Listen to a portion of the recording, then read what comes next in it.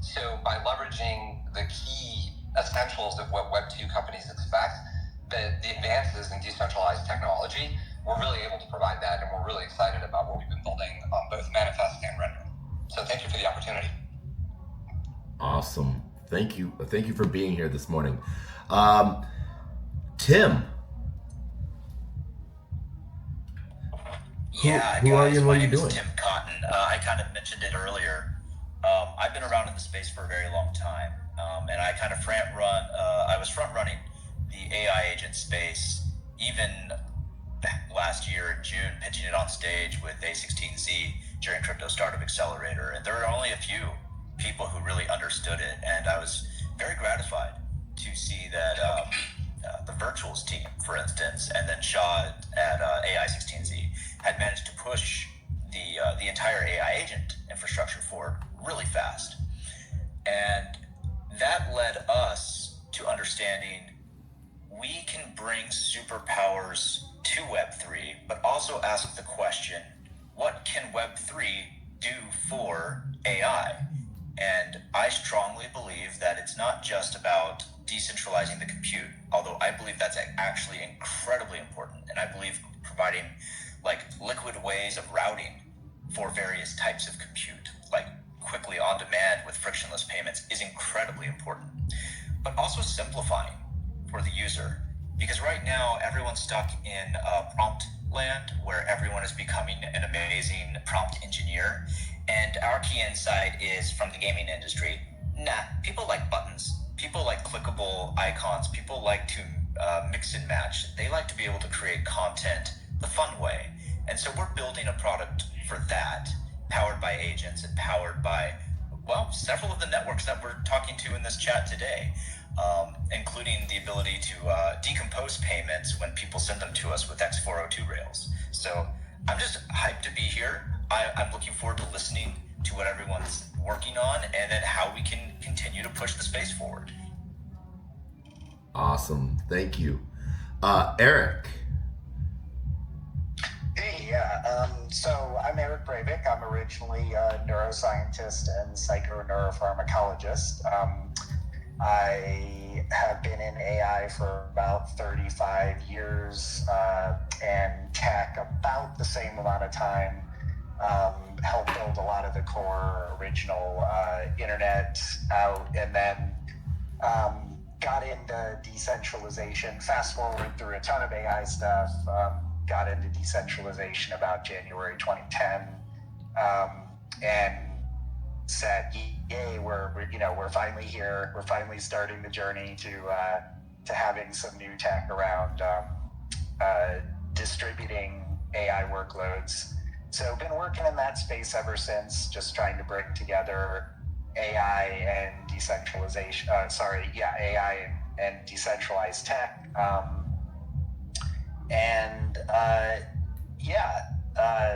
Focus is really on AI, and at Manifest, we really are trying to build the sovereign cloud infrastructure. Essentially, you've got sovereign hardware at the bottom layer, sovereign cloud in the middle layer, and then that's what gets you to sovereign AI. And then, of course, looking forward just a little bit, as narrow models exceed human capability, which many already have, you get kind of the beginnings of what will become an AGI there as you knit everything together. I won't go through the technicals of that, but if you do that all, the core idea here is if you do that all centralized, you've got some incentivization problems there that could be worked through but are difficult. If you do that decentralized, you get a better shot at setting up incentives to be, for example, pro-human, et cetera, et cetera. So that's really the goal that we're working for. We see AGIs of various types emerging over the coming decade, and we'd like a lot of those to work for humans rather than for, say, maximizing attention or something So that's our core mission. Nice. And last but not least, I actually just was talking to Trevor on the phone, a great human being. But Trevor, who are you and what do you do? Hey, thanks. I hope everyone knows me at this point, but for those of you who don't, I'm Trevor. I'm on the board of the Render Network Foundation, and I'm also COO at Otoy, the largest contributor to the network today. My background is actually building and scaling large SaaS web systems. So everything about POPs being insufficient really resonates with me. I love great consumer interfaces. And for me, what's been so exciting about this next phase that we're moving into here is as it bridges from just AI into agentic, I'm starting to see some phenomenal things that can be done now in terms of interfaces that I think unlock consumer usage in a way that just was not possible when we started this project. So it's staggering to watch it change day to day here. Thanks, Sonny. And for the last people that don't know who you are, who are you? Hey guys, so yeah, my name is Sonny. I am also from the Render Network Foundation. I take care of our grants program, and I also assist in social engagement. So hosting things like this, getting to chat to some of these elite people. It's like the Avengers of AI have assembled here. Just coining what Edward was saying there about assembling. So it's amazing to take part in this and co-host this space with you, Taco. I'd like to know, so we've heard for years that decentralized compute would be an absolute game changer, but so far the space has moved in slow, uneven steps. What feels different this time around? Is it where AI is now compared to a couple of years ago? Is it new regulation, better blockchain infrastructure, or is there something else? Who would like to take this? Well, I have an answer that's near and dear to my heart if you want me to kind of lead the charge out there. Continue.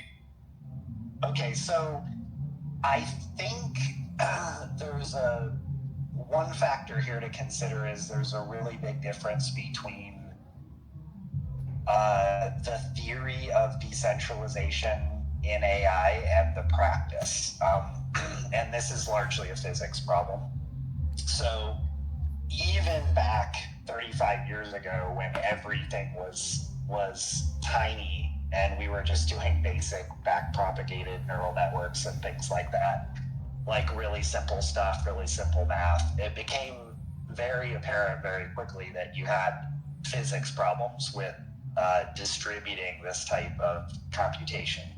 You've got to move a lot of data around. You've got to move a lot of memory spaces around, especially in training sets. And that's become increasingly so as the technology has advanced. So we took at Manifest, we looked at this problem, and being deep infrastructure experts, we actually solved it a different way. Rather than moving how the compute works from a physics perspective, as far as like where it's located, how it's configured, etc. In contrast, most DePIN is a collection of hardware that is scattered widely throughout the world. It's usually consumer grade hardware. Nothing wrong with that, especially for certain job types, and I'll get to that in a minute. But there was something missing from that equation, which is if I need the physics to work the way they work at hyperscale, which for some use cases is the efficient way to do it, do I have still a decentralized option? And the answer was always no. But what we did is change the ownership and sovereignty model for the people who own the hardware in those hyperscale data centers. And that gave our customers an option to do what we do with the render network, for example, which is we triage the job coming in through AI, what needs to be privacy preserved and run in a hyperscale type format, we put in dense data centers where you can have, say, a chassis with 8 B200s all hyper memory connected, and you can do like a super large memory job, right? And then we route the jobs, for example, that can be unitized and put on less expensive hardware. And for example, Render is one of our partners for that. We send those jobs out to Render.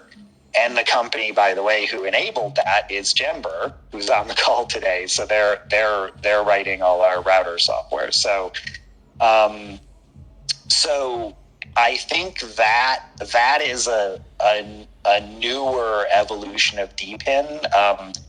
I don't think you had anything like that in previous years that actually worked, right? So now that you have an example of that actually works, you as a developer that would normally drop into AWS and just get a job done cheaply and efficiently, right? Although some would argue with the cheap word there, but relatively efficiently, you now have that equivalent ability, only leveraging the best of decentralized networks all under one roof, right? Essentially. And I think that's an equivalency to the Web 2 world that the Web 3 world has not had up to this point. Now it does, and we're excited to roll this out and expand this over the next year. I think that will be one of multiple game changers that has occurred recently. Because you're correct in your fundamental statement. The road to DePIN has been exceptionally slow. And all of us that have been working in it have been, I've been with at least half of the DePIN projects that exist in the world today in some way, shape, or form. And yes, it's been very frustrating for all of us how slow that's moved. But I think part of that was the tension between decentralization and the physics of the problem in AI computation. So I think we've finally crested that hill and come up on the peak, and I think we're finally ready to make a dent in that. So that would be one answer. I'm sure the panelists have many other answers, but there's lots of things breaking loose now in DePIN that are newly breaking loose that I'm excited to see what happens with. Excellent. Thank you so much for that, Eric. Tim. I mean, I love Eric's perspective because it's speaking to a fundamental medley of things that are happening all at once. One, we have DePIN finally becoming accessible. Two, we have organic need. And if you guys look in the audience, you're going to see AV beans. Now, for those of you who don't know me very well, I became not just the founder of a company, but also the godfather of a meme coin, quite by accident, because someone read one of my blog articles back in October and took my thesis on autonomous virtual beings and turned it into a meme coin. And it instantly, went viral. And then the guy tried to rug the whole community for like $20,000 or something ridiculous. And so they asked, hey, Mr. Cotton, Tim, are you a real person? Are you actually building decentralized AI things? Are you working on AI agents? And I was like, yes. And they're like, will you adopt us? And I said, yes. So now I have a wonderful community of people who want to find utility in decentralized AI applications. And what's really special about this is that it's not just people anymore creating spam or meme coins. You have people who are aligning capital in the hope that they can find some sort of future, whether it's in the virtuals ecosystem or the ELIZA ecosystem or the AVB ecosystem, wherever it may be. They're hoping that they can somehow connect their dollars with something useful. And we're finally seeing that happen. In fact, pretty soon you'll see the Agent Commerce Protocol from Virtuals come out. And the idea here is we make decisions liquid. We make commerce between agents liquid. And what are those agents going to be doing? They're going to be providing valuable services to humans and to other agents. And who are they going to use? The very things that everyone here is talking about in the panel. All the DePIN, all the decision-making logic, all the routers, all of that stuff is going to be necessary for a new economic unit, literally virtual labor. Virtual labor has this potential to actually become a decoupling mechanism for crypto. Instead of it being based on fiat, it can actually be based on an economic unit of labor. And this is the first time I think in history we have that opportunity, and this is what is exciting to me. That is a very interesting take, and yeah, I think that is a huge shift compared to previous years. Excellent.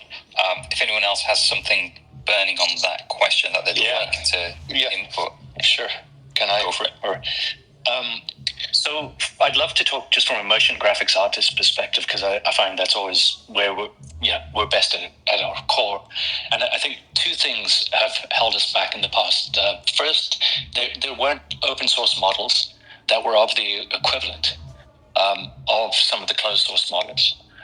So it's been a bit of a waiting game for those to emerge, number one.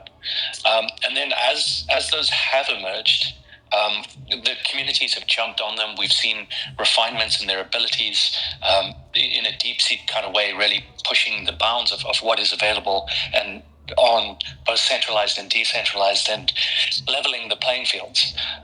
So, without those two, and the fact that with that refinement, they've managed to reduce the sizes of these models to the point where they actually physically can run on decentralized hardware.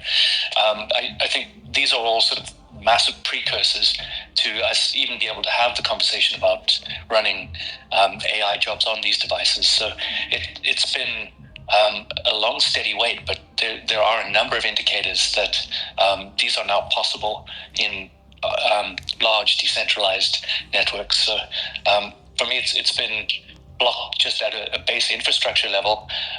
What I love beyond that, though, is I do see agents only accelerating this. They're obviously much smaller and well attuned towards helping split up tasks in a way that really fits decentralized well when you listen to what the folks at Manifest are doing there in terms of AI being used to help route jobs. These are all relatively new when you think about things from a motion graphics artist perspective. Excellent. Thanks, Trevor. So, and Sunny, if I can, I'll jump in on the comments that Trevor and Tim have just made. Tim, absolutely. Your point about the virtualization of labor is spot on. So if I look at decentralization, early in my career when I was on Wall Street, we used architectures like reactive systems design to ensure availability and reliability, and we would deploy that in at least 4 or more data centers. So we had decentralized architectures even in the early 2000s.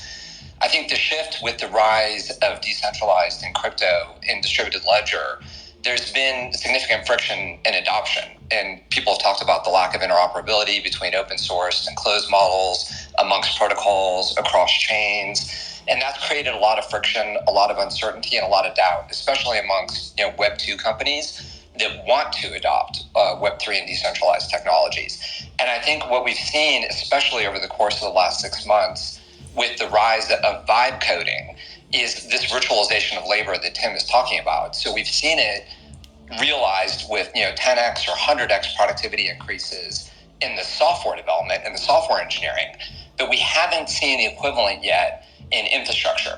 So what Jember did with Render, in partnership with Render and Manifest, is we deployed workflows that leverage the Render GPUs and Manifest CPU and network infrastructure.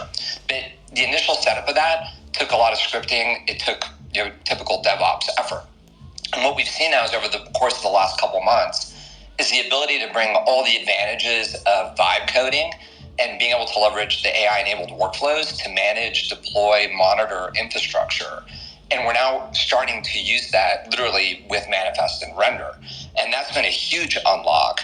And that's now enabling us to really use the decentralized compute in a way that honors the requirements of very risk-averse companies. And that's been an amazing evolution over just the last 6 months.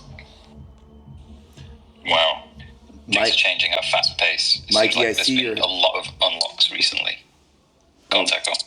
My bad, Sonny. I saw Mikey's hand go up too. I know he wanted to touch on this. Yeah, so my co-founder has a saying, everything happens for a reason, and that reason is incentives. And if you really look at DePIN, all the changing regulations that are happening in both blockchain and AI have created a situation in which it really favors either the big guys or the people that don't play that by the rules, the pirates. And so really what we've been waiting for is technology to get to a spot where actually the rebels identify a clear need and start building off of it. And like, honestly, this is one of the reasons why I'm so pro Render at this point in time is Render actually went out and found a user group, Hollywood-based VFX people. They created a product, or they have a partner that has a product that sits on all of those desktops, and they actually made it happen. Like, they've been the rebels sitting there, not pumping bags, not doing all the kind of normal stuff that more of the pirates would do. And they've actually been, providing value on and on. And I think that that's the pattern that when we look at connecting a user to value, that is the thing that's been missing. And partially it's just because it's too easy for the pirates to make easy money to actually go and compete against the billion-dollar folks. And now that we're seeing, it's kind of like when you start to, tear cloth or whatever, once you get a little bit going, it's really easy to go. And I think we're starting to see that, this whole space is moving, compared to any other technological revolution. This is moving so much faster than the internet, so much faster than mobile. And this group's at the center of it. And so it's cool to be part of the good guys. That's awesome. Yeah, it's, I think when it comes to it, people who are doing the building and continually building, they're going to be recognized. I think that's definitely going to happen. But when it comes to AI agents, now that's a term that's been one of the biggest buzzwords or buzz terms this year. So let's cut through the hype. What is actually possible today or on the immediate horizon, and what still needs serious work before it's real? And let's have another one as well. What is a bit of a stretch for now, but feels inevitable in the next 5 years? I can't see if anyone's put their hands up, so whoever has, please go for it. I mean, I'm happy to jump in here. So AI agents can be thought of as a class of intelligent applications. So an agent, if you have agency, it means you have the ability to do something. You have the freedom to do something. And so already you can see agents being built into larger systems, right? So when you use ChatGPT or any of these systems, they're sending them out to many agents who are breaking up the task and bringing them back to you.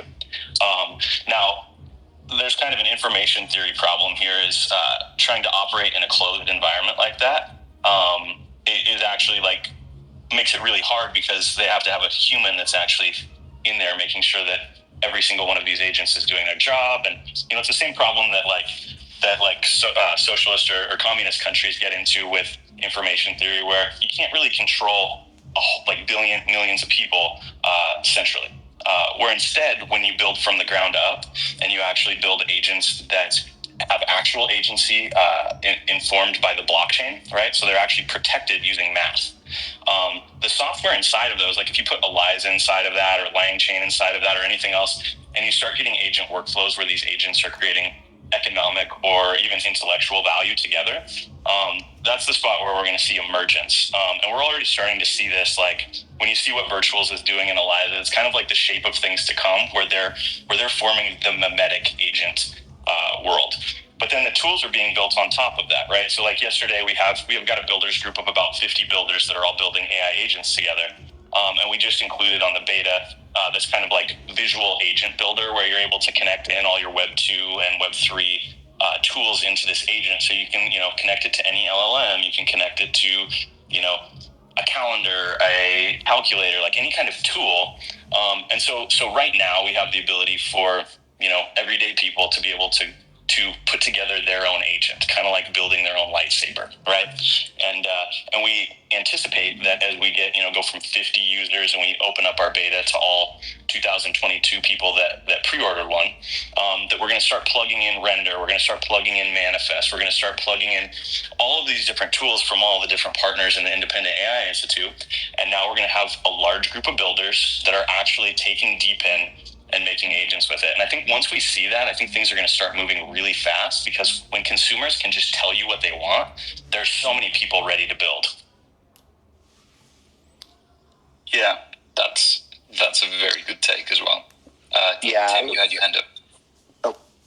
Oh yeah, well, because I got to follow up on Think. I mean, I love this so much. I think I'm going to say some words, and they're going to sound really complicated, and I hope to break them down really simply.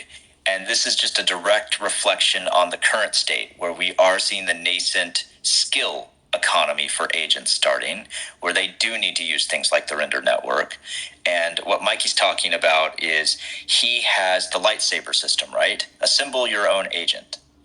And what I'm predicting is that because of the liquid payment rails, especially in crypto, but also through Stripe to hit real world finance now, there's a bridge. We're going to start seeing unsupervised, self-replicating utility functions that are agents. And what I mean by that is probably a human first, but eventually no need for a human.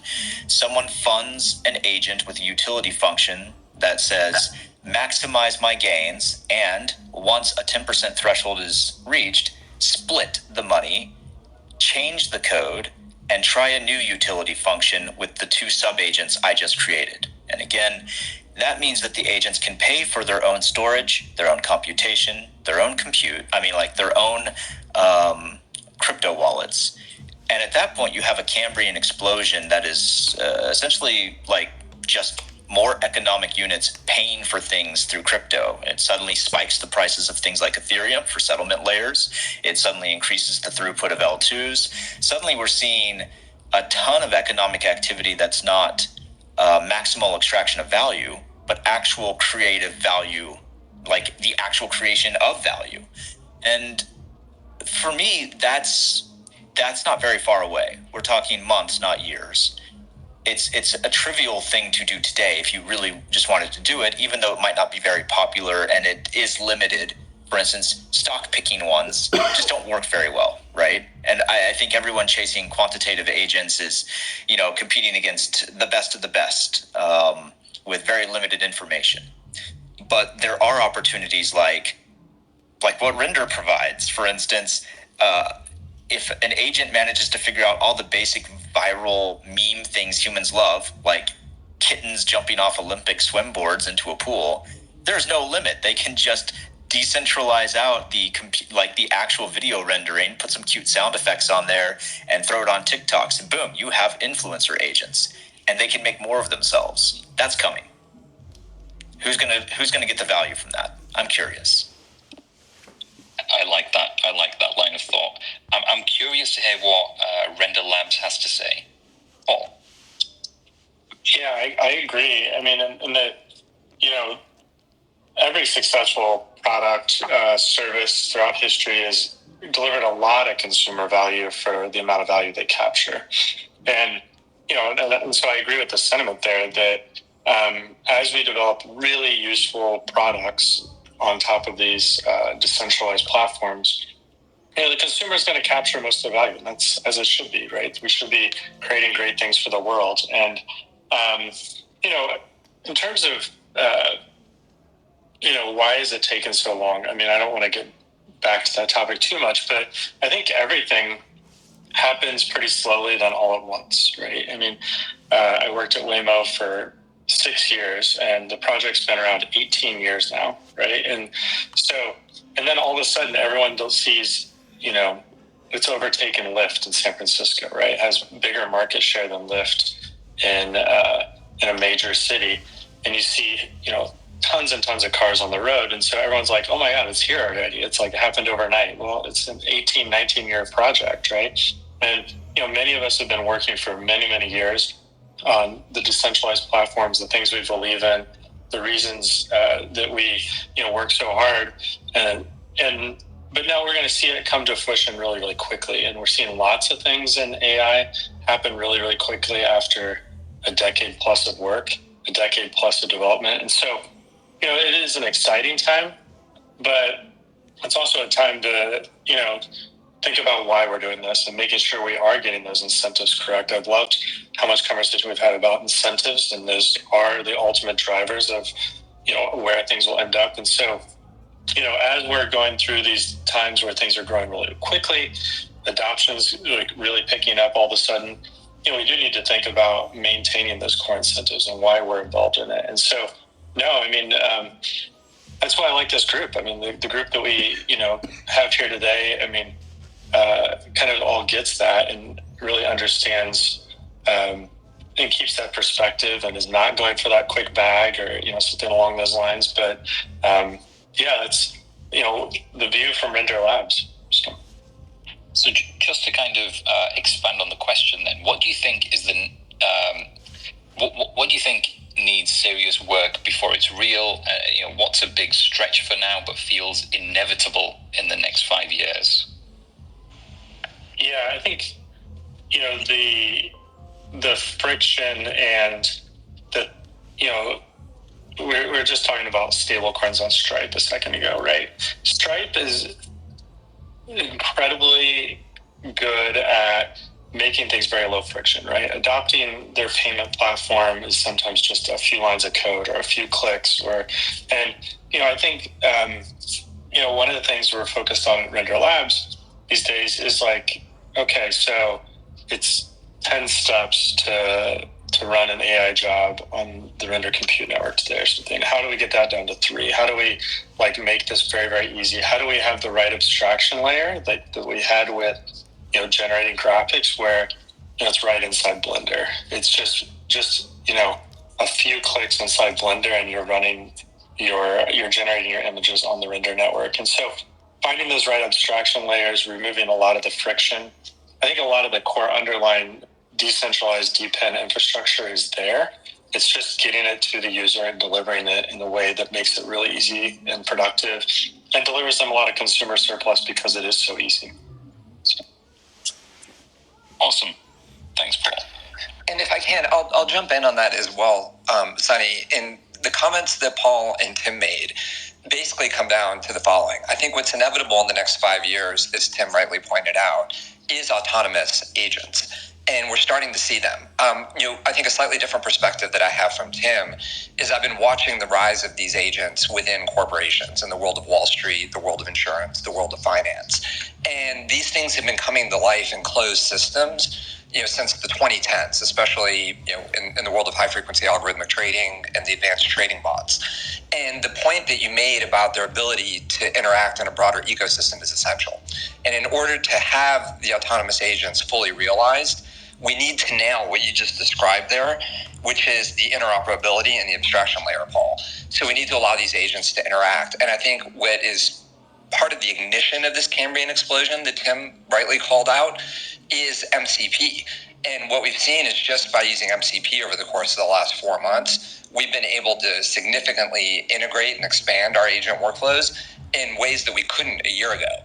And so if we solve for the alignment and the incentives and the interoperability across these systems, I think the rise of the autonomous agents is inevitable.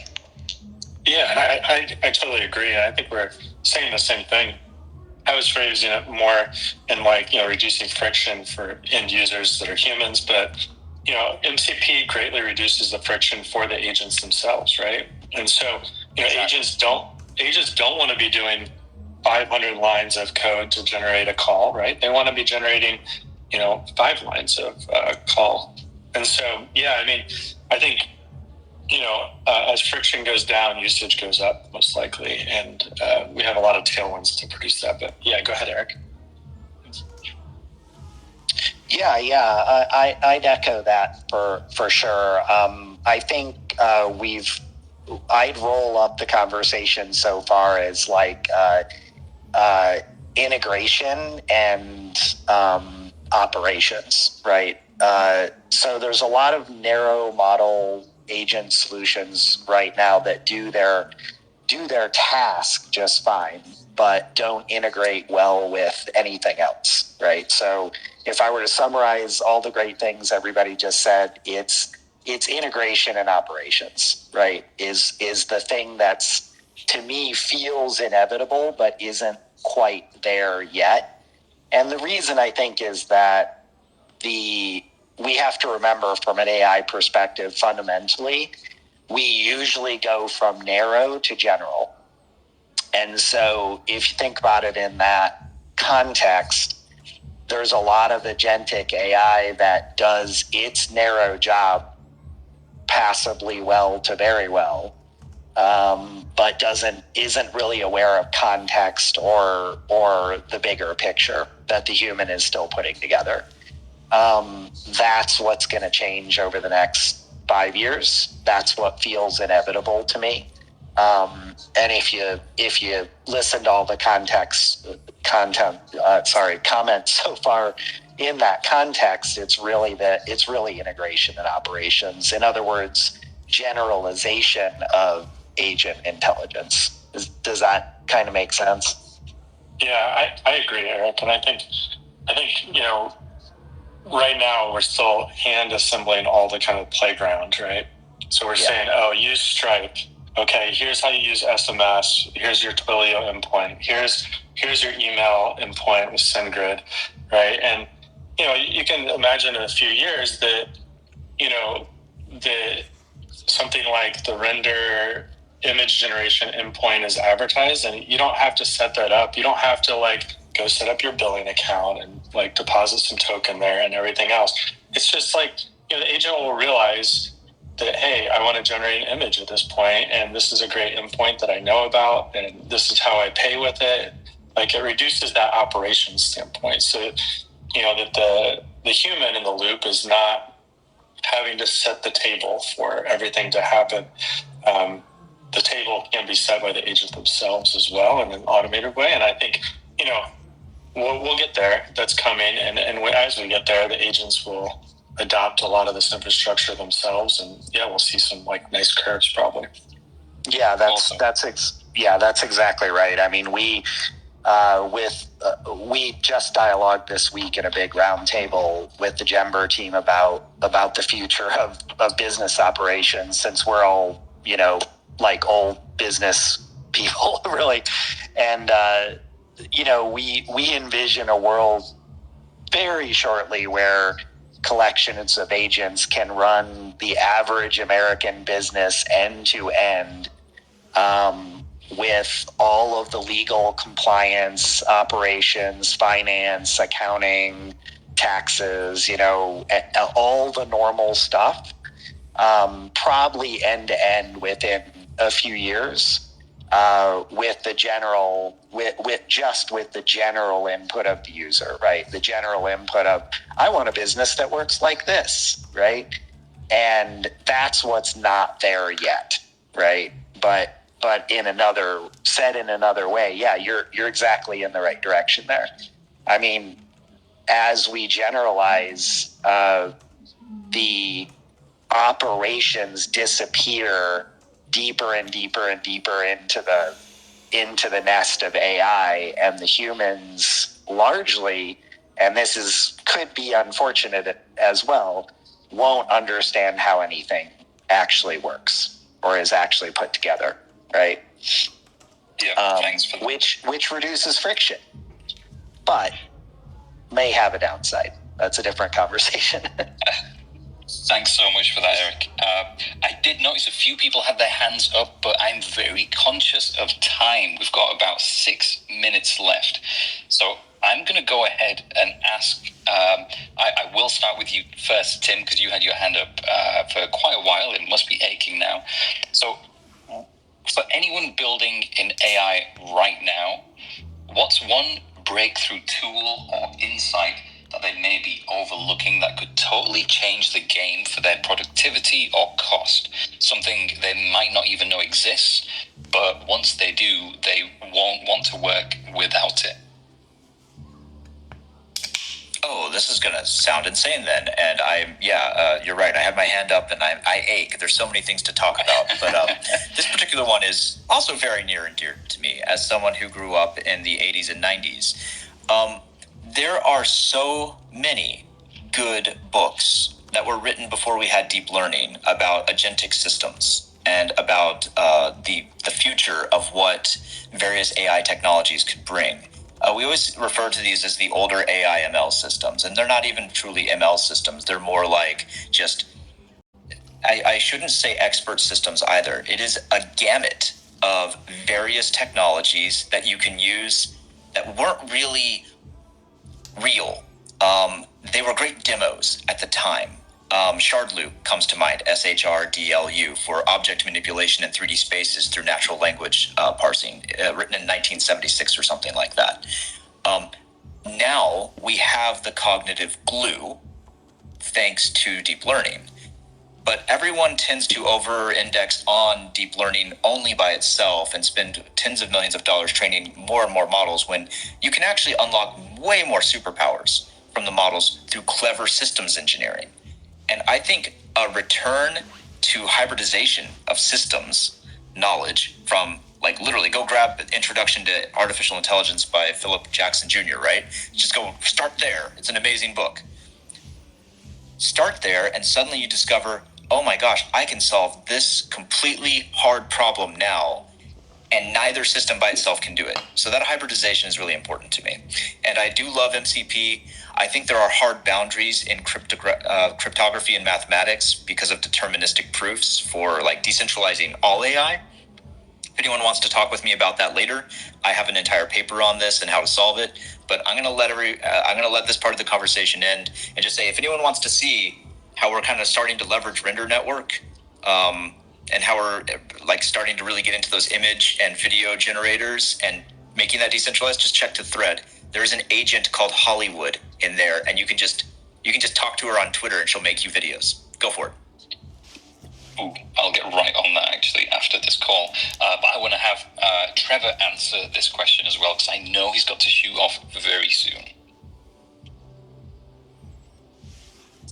Yeah, thanks, Sonny. Yeah, for me, I stay stuck on this motion graphics flow. I still I see the path that is currently out there in terms of AI. It's just not being the ultimate path here that we're going to end up on. There's just not enough consistency and control in the way it's done now, and I'm starting to see some amazing systems. Tim and team are really pushing the boundaries of what can be done with a horde of agents to get over some of those hurdles, but I still see them persisting. And I think we're going to end up in a position where there is that same hybrid that he's referencing in motion graphics creation involving both traditional and sort of the new generated workflows. And I honestly believe that will be achieved in the next 5 years. And the achievement of that will lead to real-time photorealistic landscapes and interfaces that today are just not technically possible. And you know us, we're Star Trek folks at heart. We're still marching towards that holodeck type experience. So, when I think out just what's unblocked by a lot of these new elements, I start to get really excited that in that 5-year window, holographic real-time type experiences are going to be much more reality than ever before. That's exciting, Trevor. I cannot wait for the holodeck. I think that's one thing that keeps me very motivated and excited. I think what we'll do now, Taco, let's have some kind of lightning round. Maybe we can go on another 10-15 minutes. Definitely. Before we hop into that, one of the things that, Trevor, I have so much to tell you about basically a holodeck that was presented here at Super AI. But you touched on my Star Trek roots, and one of the really cool things that happened at RenderCon in April was the release of, I don't want to call it fan fiction, because you literally had Captain Kirk, William Shatner having a hand in this. But you guys, Render made a Star Trek with Leonard Nimoy's son a goodbye piece. How is that done? Thanks, Tucker. Well, I mean, it's been amazingly received. I think the last time I checked in, it was well over 25 million views, putting out the most viewed content that isn't sort of one of the original movies out there in this franchise. So it's been phenomenal. I wouldn't say render credit as much as the Otoy team, but it was rendered on the Render Network, and it's been amazing to just see the fans get hold of this, and I hope we can create more similar content over the coming years, because it really shows what can be done with all these amazing tools in a way that maintains that Hollywood visual element and creates amazing content. Awesome. Yeah, no, I'm not going to say that 1 million views was me, but there was a lot from me as well. As we hop into this lightning round, we've heard a lot of deep thoughts on everything that people are building. I want to roll into this, the top of the mind stuff, because a lot of people have questions, and we have actually some questions from the audience that want to feed in as well. But this first question is to Mikey. Given your perspective on decentralized compute market, what opportunities and challenges do you foresee for the future?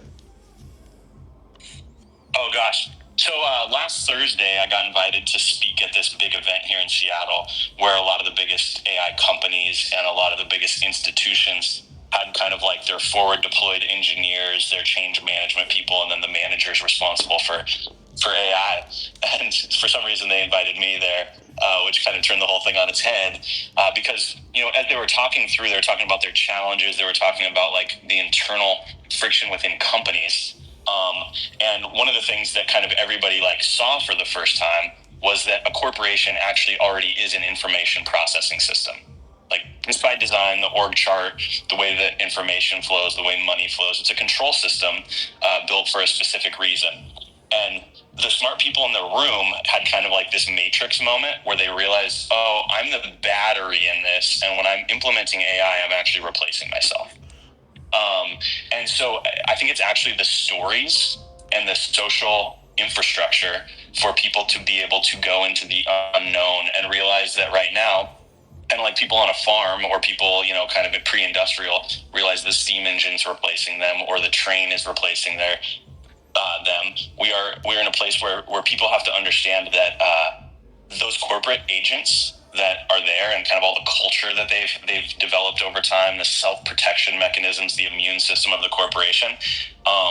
These are the things that are the biggest friction right now, because like there's tools in place. The problem is just how do you actually get people to embrace this and not just be replaced? Like when people understand that this is their lightsaber, this is their next evolution of themselves. Once they really like come to grips with that and kind of go through the grieving process of I have to change, that's when the positivity happens. And I'm excited because I'm seeing a community and a movement here. Like, look how many of us are cooperating towards a shared outcome. Like, that's what ends up winning. And just like Paul said, everything moves slow until it moves all at once. 100%. Tim, I know we got to touch on this when we were having dinner last year in Bangkok. And then we also talked about it earlier this week. We see a lot of the big thing on all the headlines is a need for compute, yet we see hundreds of protocols popping up stating that they are decentralized compute in some way, shape, or form. They're, cloud network pieces. Yeah. How do you think the imbalance or balance of decentralized compute resources is affecting innovation and adoption in the space? My friend, I had to solve this problem for ourselves. So this is top of mind for me. So just quick background, the product we're building right now to prove out our thesis, which is what no code did for programmers, we're doing no prompt for everybody else in AI. there's way too many models. There's way too many different things that each of them do differently and do really well, and different ways of attaining their compute, whether through direct APIs from like Vertex API from Google for VO3, or for hosting some of the models on FAL, or actually doing what Render is doing with the amazing like endpoints that they have. There's so many different things that not necessarily one network can handle them all. In a perfect way. They all just do some things differently. So our challenge was, how do we leverage decentralization the most? Because it often turns out to be cheaper. It actually turns out to be the one use case for decentralization I have found that can be cheaper than, the centralized version. Because it's a great way of coordinating the liquid compute. And it turns out what I think Martian did really well for LLMs, we had to invent the same thing for our system under the hood, which is generative AI, images and video routing based on intent, based on the composition of the scene requirements. If someone says a video where they need two characters to speak and then smash cut into one of them throwing the other over the shoulder, those are two different renderers to us. And we do have a good bridging system for ourselves. For instance, you might call Higgs field for the special effect. You might call Render's image node to create the initial scene. You might call Hedra for the actual conversation. All of those things have a cost. They have to be decomposed, and then they have to be reassembled. And being able to hand that work out agentically through a decentralized network, and more importantly, being able to route to the right things based on the right decision-making frameworks, that has been our core challenge at Scripted. And I think we've well solved it, and we're getting ready to show the world what that looks like. We're very excited about it. But you can get a preview right now, like I said, from the Hollywood agent, which we power their tech as well. But the short answer from me is that intelligently routing demand is like the thing to do. Just intelligently routing the demand to all of you who are offering services. Nice. This next one is to Ed, because I see you as such a solver in things. In an ideal world, how would you like to see decentralized compute markets evolve, and what steps can be taken to achieve this vision? Yeah, great question, and it's been a huge challenge.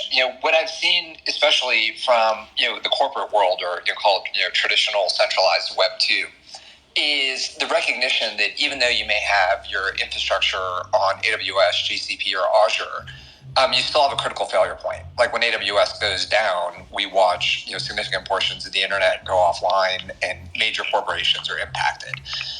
So any project, any company that cares truly about availability, reliability, resiliency, having a truly performant transaction infrastructure, can't rely on a single cloud services provider. So the need to be able to distribute, the compute resources, the networking resources, all the other essential elements of the infrastructure is essential. But the coordination, the interoperability, the management, the monitoring of that is a huge challenge. So I think there are three layers that we're addressing on that. One is a no-code approach to infrastructure. So what vibe coding is done for software engineering, bringing that to the world, as Eric alluded to, it's about interoperability and operations. So how do we really enable the AI workflows to automate that? And then as Tim rightly pointed out, the agents have to be autonomous, and the agents have to be able to deliver their own utility, and they have to be able to provide for their own economics.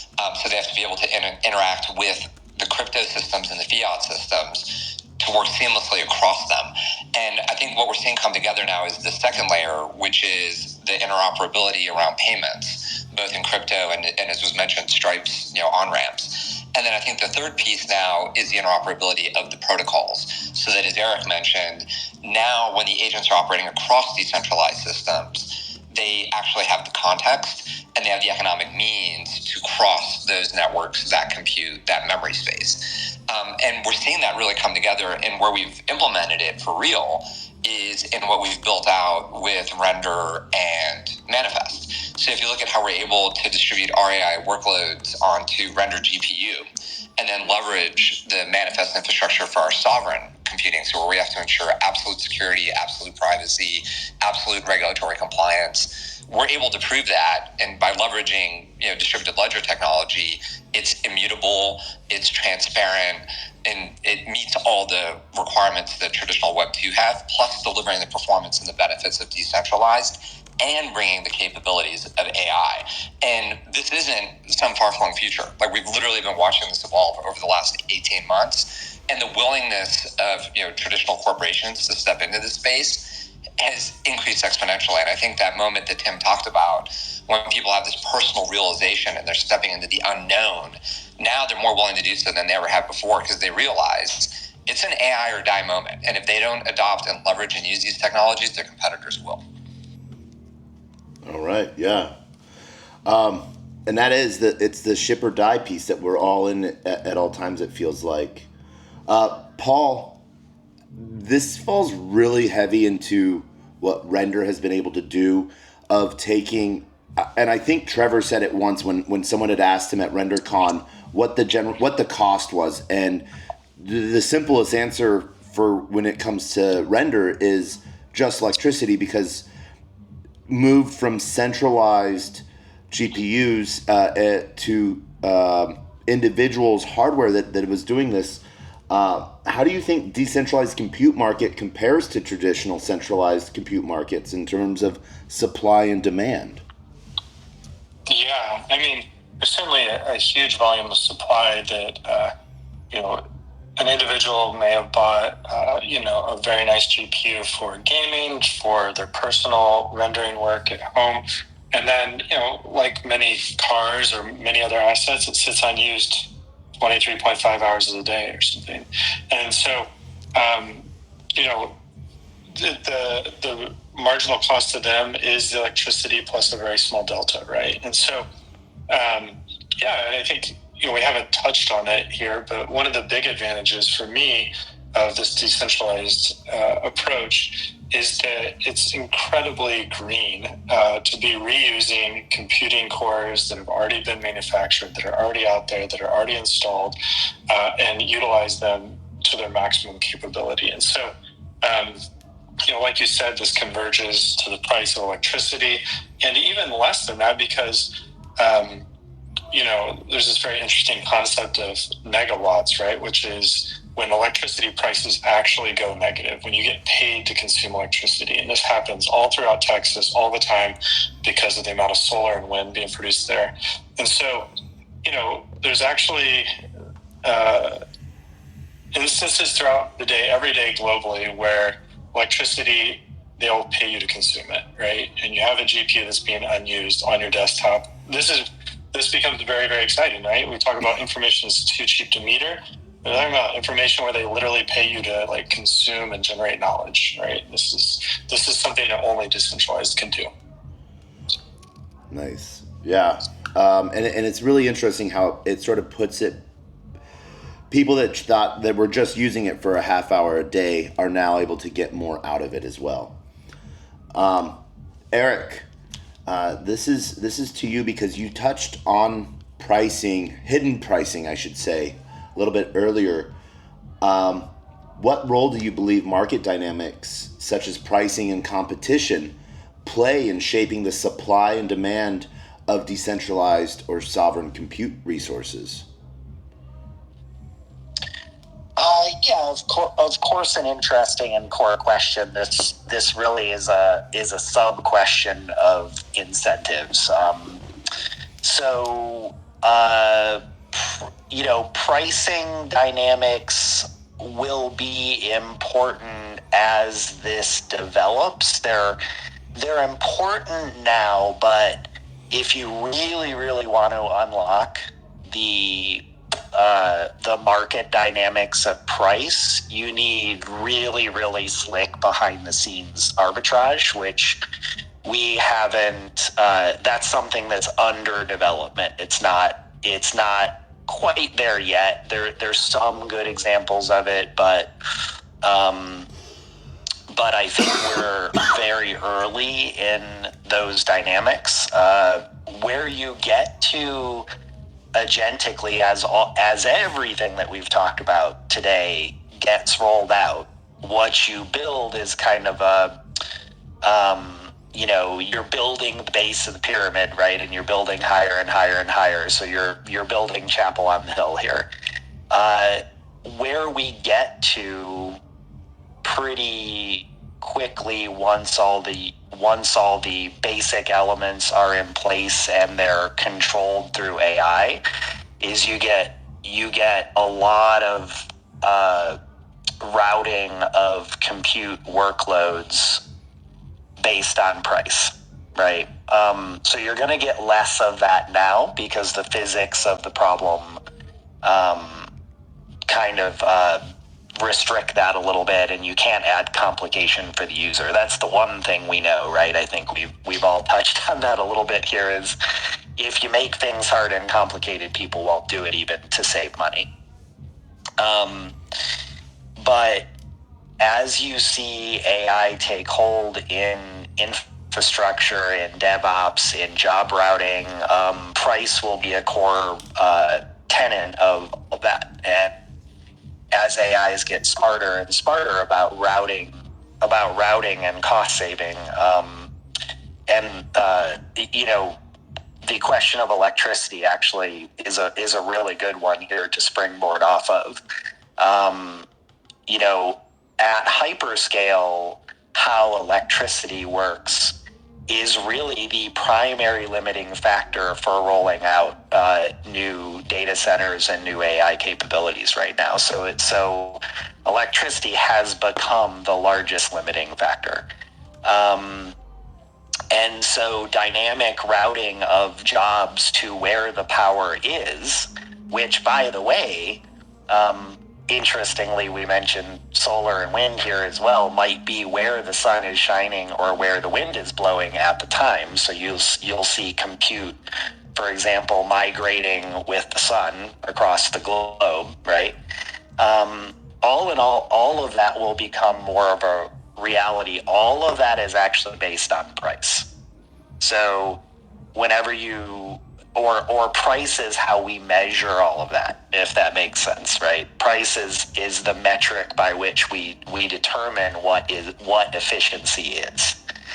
So I think that's a really interesting thing to watch over the next few years as we focus more AI on operations and more AI on efficiency of operations at scale.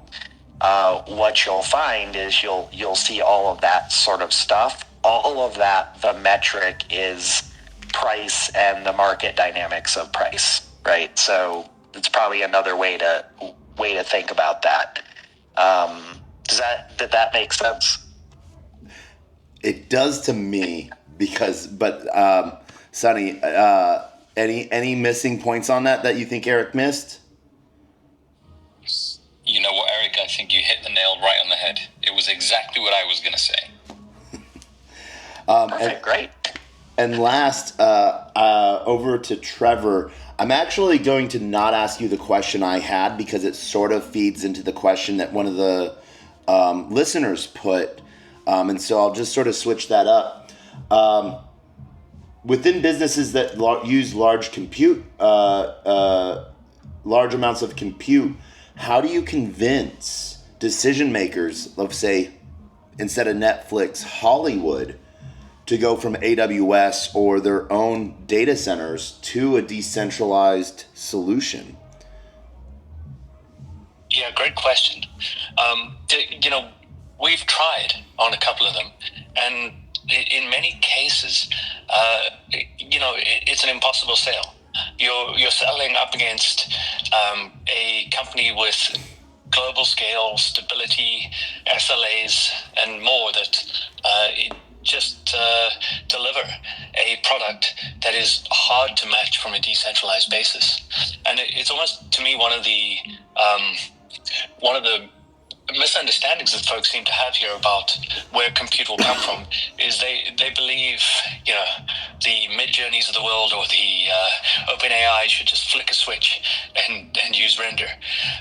And what they're missing on this is it's a much more nuanced sale. There are elements of their workflows that are well suited towards decentralized, but it's not a head-to-head.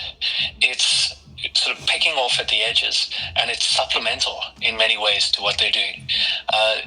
As you see orchestration and platforms like MCP and others unlock AI automation of routing, it becomes a little bit more of a reality that it could be done, but still one that needs a way to go before it's proven out. And honestly, I think it will be proven out first on Web3 projects and projects like our partners here. As that scale is achieved and as it shows actual success and usage, I think you're on a better footing for selling against large players. But it's really a question of proving out these technologies that are very nascent before being able to sell head-to-head against a behemoth. So there's a path, but we're at the very, very onset of it now. Yeah, and it's a competition of incentive models, I think, as well, that will eventually get sovereign and decentralized compute there. As we start to close out, I want to, thank everyone for joining us today, but I want to do the final round robin of calls to actions that anyone might have. And this has been an amazing panel. Thank you, everyone, for joining us today. And Sunny, this has been an honor to host this with you. I feel like you're a voice actor, and we might touch on that at a different time or sometime. But any calls to actions from anyone? If you're a builder, I can go we would love first. to have you. Oh, go ahead. Oh yeah, if you're a builder, we would love to have you join the Think community, because right now we're on kind of a 30 to 40 day sprint to protocol launch, and right now all the builders are starting to get first access to some of these authoring tools, and we're kind of in that test mode. So if you want to be part of something from the very beginning, and if you have a vision and you want a community to support you, come join the Think Agent community. Yeah. Tim? Mine's very easy. In the threads for each of the posts for this particular space, and since we're on X, go find Hollywood Agent. Please follow her, and then give her some prompts. Talk to her, create some content, and the more you do, the more we get to push towards networks like Render. The more we can use things like Manifest, the more we can find reasons to integrate with Think. There's lots of reasons to do this. So push us forward, and then stay tuned with me. Please follow me, because we'll be releasing our newest no prompt solution for generative AI video and images very shortly. And I want some testers. Thank you. Awesome. Ed? Yeah, this has been an amazing panel. Thank you, Taco. Thank you, Sunny, and thank you for everyone participating. So with Jember AI, we're in the midst of building out our infrastructure on Manifest and Render. And in doing that, we're provisioning the tools that are automating our DevOps infrastructure provisioning and management, because we need them for ourselves. Manifest and Render community need them. So we're building that out. And so anyone that's excited about enabling AI orchestration, choreographing, advanced autonomous AI agent workflows across Render and Manifest, definitely check out Jember.ai and reach out to us, and we'd love to work with you. Awesome. Thank you. Paul? Yeah, that's a great conversation today, guys. Let's keep the conversation going. So my invitation would be that, if you're interested in these topics, if you want to talk more about the topics and how we develop together, because none of us here are going to develop a complete solution that's going to solve everything that we've envisioned and talked about today. And so, happy to keep the conversation going, and my DMs are open, and happy to chat with you. Awesome. Eric, any last calls to action? So we've got a ton of stuff going on at the Manifest network, and a lot of those projects are very exciting. I think probably the biggest thing to call out right now is we're headed for our first public listing of the token. We've got a large private token economy right now, but we're going public with that on July 15th. So we'll be out on our first exchange by then. So would love community support to come out and support the token listing, of course.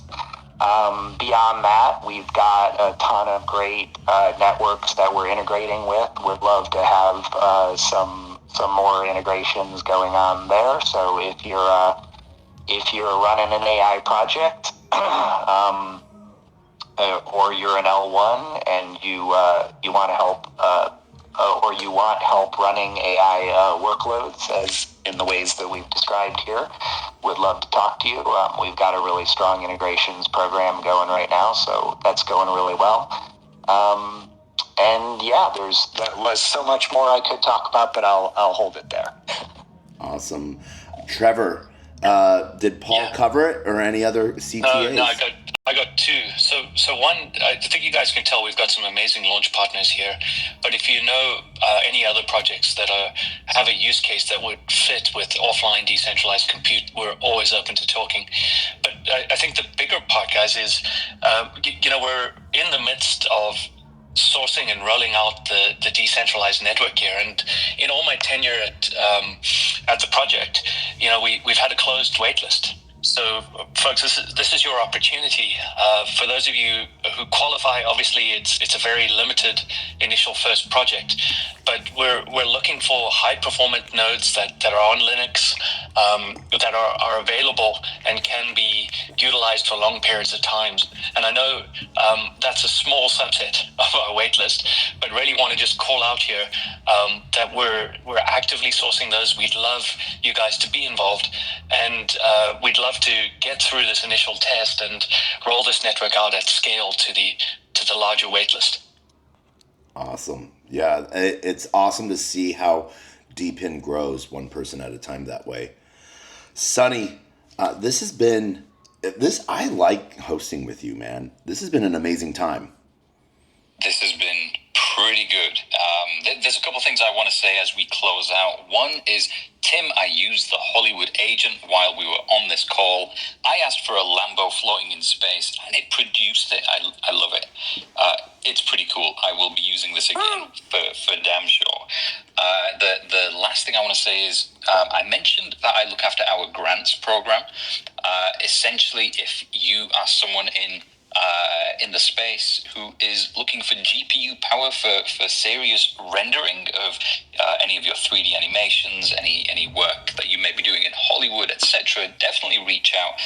But also, if you want to play around with some AI generative tools that we also have on the Render Network, you can also use some of the grant for that as well. So you can all DM me. I'm more than happy for that. Or you can reach out at grants@renderfoundation.com. I have to give flowers where flowers are due. I know there's a community member that created a bot that tracked a lot of what happened on the Render Network, being both on the burn side and the use case side. And it sort of got to a burden part for him. And he was like, I want to hand this over to the community who can help. And seeing the grants program in Render, you've done an amazing job. We would love to support this. So the grants go so much farther than just that. I want to give you flowers for that, Sonny. Oh, yeah, you know what, Jay, and there's many other community members that I'd be able to name. They're doing a fantastic job. We have one of the best communities here in Web3, and it's amazing seeing some of these initiatives that they're just doing off their own back. Costs got a little bit high, and obviously we can take care of that. That's no issue whatsoever. It's just so cool to see people developing and doing things and, being proactive, right? That's a key thing that I love to see. This has been an amazing space. We may just do this as a bit more of a frequent, regular thing. What do you say, Taco? I'm down for that. I think I'm down for that. Excellent. I think we will we'll be in each other's DMs. Let's figure this out. Yeah, no, definitely. My call to action is follow everyone on this panel. Every speaker, follow them. All of their projects they usually have in their bio somewhere.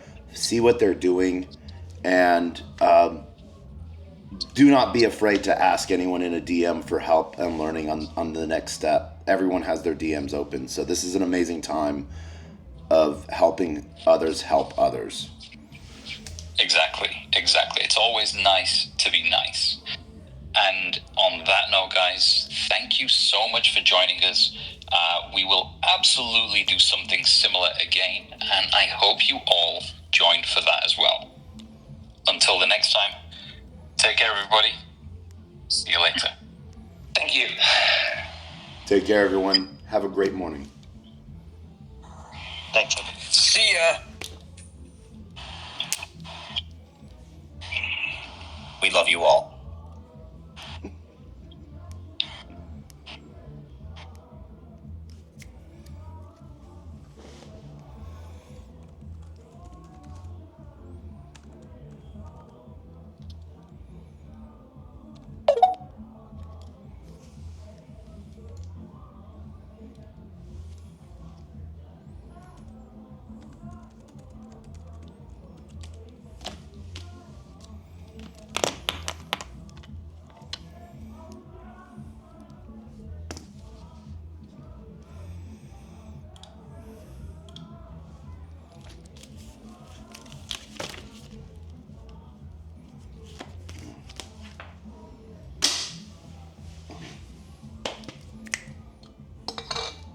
And that was an amazing space.